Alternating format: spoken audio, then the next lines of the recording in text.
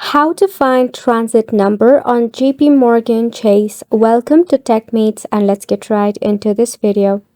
To find a transit number, there are a couple of things that you can do. First step is to tap open your Chase application. Make sure that you are logged into your account.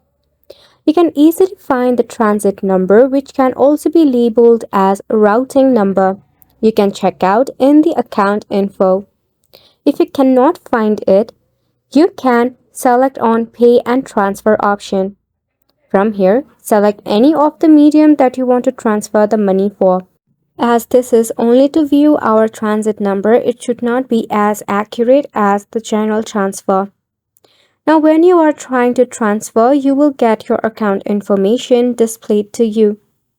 At the bottom, you can find your bank routing number, that is also your transit number. You can easily view this from a mobile banking app or your Chase website. If you cannot find both of this option, there is an alternative way. For that, you need to bring out your checkbook or any check that you used recently or a deposit slip. Right at the bottom of the check or deposit slip, you can see the 9-digit routing number or the transit number. You can easily copy the number accurately, and there you have it. You get yourself your transit number. Wasn't it simple? Make sure to go ahead and give this a try, and thank you so much for tuning in. We'll see you very soon.